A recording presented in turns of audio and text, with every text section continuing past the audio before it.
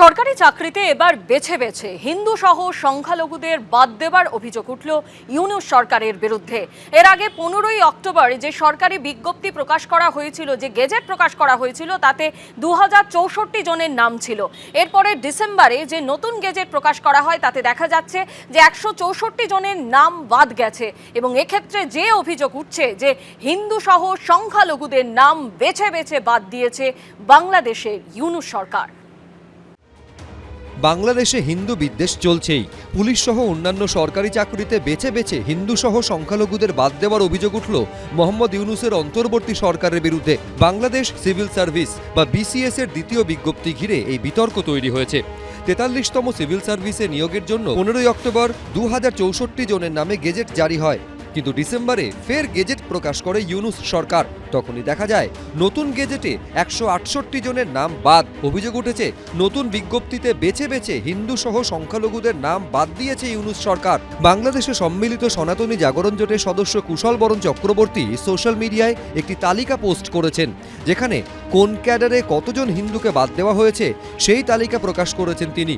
সেই সঙ্গে তিনি লিখেছেন, এই তালিকায় কোনো সংশোধন থাকলে তাও কেউ জানাতে পারে।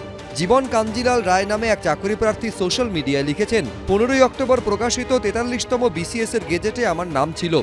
আজ প্রকাশিত 43তম বিসিএস এর গেজেটে আমার নাম নেই। কোনো ধরনের ফৌজদারি অপরাধে যুক্ত না থাকা সত্ত্বেও আমি বৈষম্যের শিকার হলাম। এরপরই বাংলাদেশের বৈষম্য বিরোধী ছাত্র আন্দোলনের নেতা হাসনাত আবদুল্লাহ এবং জাতীয় নাগরিক কমিটির সদস্য আখতার হোসেনকে ট্যাগ করে তিনি লেখেন, আমাদের বৈষম্য বিরোধী নতুন বাংলাদেশ কি এমনই? বিসিএস এর আরেক চাকরি প্রার্থী মুমু পোদ্দার সোশ্যাল মিডিয়ায় পোস্টে লিখেছেন, নিজের স্বপ্ন চোখের সামনে এভাবে ধূলিসাৎ হতে দেখা খুব একটা সহজ না। এর প্রতিবাদে সরব হয়েছে বাংলাদেশ সম্মিলিত সনাতনী জাগরণ জোট এবং সেকুলার বাংলাদেশ মুভমেন্টও। সনাতনীদের উপরে, হিন্দুদের উপরে যে মানসিকভাবে যে টর্চার, যে অর্থনৈতিক যে টর্চার, যে কিভাবে একটা মানুষ সে বিসিএস পরীক্ষা দিয়েছে, সে পাশ করেছে, তার সমস্ত প্রসিজার সে মেনটেন করে সে বিসিএস ক্যাডারে বিসিএস এর নিয়োগপ্রাপ্ত একজন কর্মচারী হতে যাচ্ছে।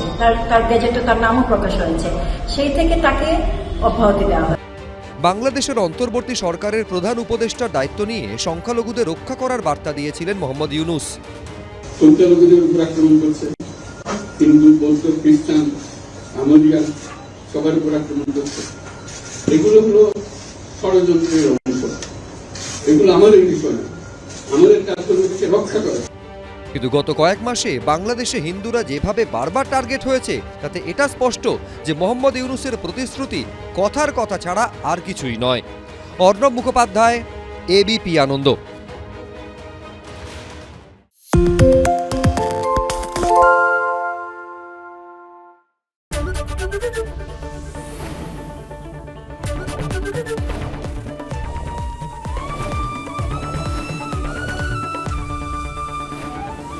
এবিপি আনন্দ, এগিয়ে থাকে, এগিয়ে রাখে। পালিয়েছে তাই নাকি? রাত্রে বাংলা গুজব চায় না, বাংলা খবর চায়। বাংলা খবর, বাংলার খবর।